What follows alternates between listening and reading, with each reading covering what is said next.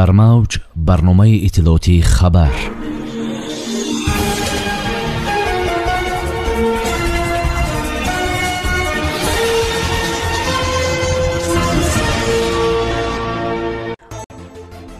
هشدار پرزیدنت جمهوری تاجیکستان از گرسنگی و سرما در افغانستان.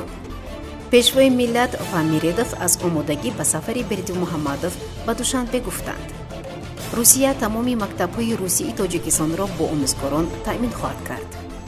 هشدار سازمان جهانی بهداشت شتام اومیکرون نفران قبلا گرفتار کووید 19 را سرایت می‌کند. مسی برنده جایزه توب طلایی 2021 گردید، رکورد گذاشت. اساسگزار صلح و وحدت ملی پیشوای ملت پرزیدنت جمهوری تاجیکستان محترم امامعلی رحمون در حضور همتایان خود از کشورهای عضو سازمان همکاری اقتصادی از فلاکت بشری در افغانستان هشدار دادند. رهبر دولت اظهار داشتند که وضع بشری در افغانستان با فرارسی سرما میتواند شدت یابد و کشور را گرسنگی عمومی فرا گیرد. افغانستان در آستانه فلاکت بشری قرار دارد. با فرارسیدن موسم سرما وضعیت میتواند دوچند شدت گیرد و باعث گرسنگی عمومی گردد. خبر میدهد دفتر مطبوعاتی پرزیدنت جمهوری تاجیکستان. ما اهمیت افغانستان را همچون حلقه ناگسستنی در تطبیق لایحه‌ها و برنامه‌های مشترک در ساحه‌های تجارت و اقتصاد و ترانزیت و نقلیات در چهارچوب سازمان پورا درک میکنیم آمده است در متن سخنرانی رهبر دولت. ذکر گردید که تطبیق لایحه‌های سطحی منطقه‌ای پیش از همه از معتدل کردن وضع نظامی و سیاسی و تأمین امنیت در این کشور وابسته است. پیشوای ملت در ضمن رسانیدن کمک گومنتری را به مردم افغانستان توسط ساختارهای سازمان ملل متحد و سازمان‌های بین‌المللی بشری ضرور ارزیابی کردند. پرزیدنت جمهوری تاجیکستان محترم امامعلی رحمون با رشید میردف وزیر کارهای خارجی ترکمنستان گسترش همکاری‌ها را بررسی کردند. رهبر دولت و رشید میردف آمادگی به سفر رسمی جوابی قربانگولی بردی محمدов پرزیدنت جمهوری ترکمنستان به تاجیکستان را بررسی کردند. طبق اطلاع دفتر مطبوعاتی پرزیدنت مملکت این ملاقات در حوزه فورум آسیای مرکزی جمهوری کره در شهر دوشنبه که میردف یکی از اشتراکداران آن میباشد برگزار گردید. در ملاقات پرزیدنت مملکت با وزیر ترکمن مناسبت‌های دوجانبه دوستی و همکاری ضرورت تطبیق پیگیرانه موافقه‌های قبلا حاصل شده تاکید کرده است. در هفته اخیر همچنین وضع فعلی مناسبت‌های همکاری دو کشور در چهارچوب تشکیلات و سازمان‌های بین‌المللی اینچنین مسائل مهم روزنامه بین‌المللی و منطقوی بررسی کرده شدند آمده است در خبرنامه. فدراسیون روسیه برای مکتب روسی که در تاجیکستان ساخته میشوند با آموزگاران تامین خواهد کرد، گفت معاون سروزیر روسیه الکسی اورچوک.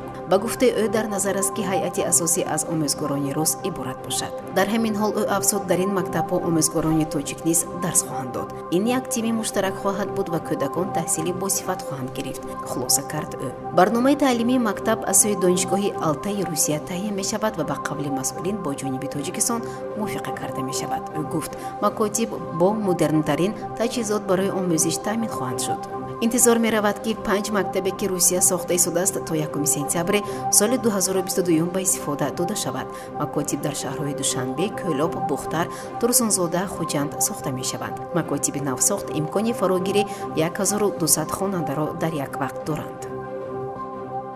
سازمان جهانی بهداشت میگوید معلوماتی پیشکی نشان میدهد که آدمانی قبلا گرفتار شده به کووید 19 میتوانند به شتام نوی آن اومیکرون نیز سرایت یابند. این سازمان قید کرد که معلومات مفصل در روزها و هفته‌های نزدیک دسترس خواهد شد. هنوز معلوم نیست که این نوع از انسان به انسان نسبت به دیگر شتام‌ها از جمله نوع دلتا آسان‌تر میگذرد یا نه. فعلا آموزش پوره نوع مذکور ادامه دارد، گفته می شود در اظهارات سازمان جهانی بهداشت. منبع ذکر نمود حالا معلوم نیست که شتام اومیکرون وضع بیماران را شدید میکند یا نه. در آفریقای جنوبی طبق گزارش‌های رسانه‌های محلی تقریباً 100 نفر فرد مبتلا به آن ثبت شده است. در گانکونگ، اسرائیل، استرالیا و یک قطار کشورهای اروپایی چند حادثه به قید گرفته شده است. 2 حالت اولی سرایت‌یابی با شتام اومیکرون در کانادا نیز تصدیق گردید. مقامات اسرائیل و اتحادیه اروپا اعلام کردند که سرحدها به دلیل شدت این نوع کرونا ویروس برای 14 روز بسته می‌شوند. از روز دوشنبه ایالات متحده پروازها به 8 کشور جنوبی آفریقا را محدود کرد.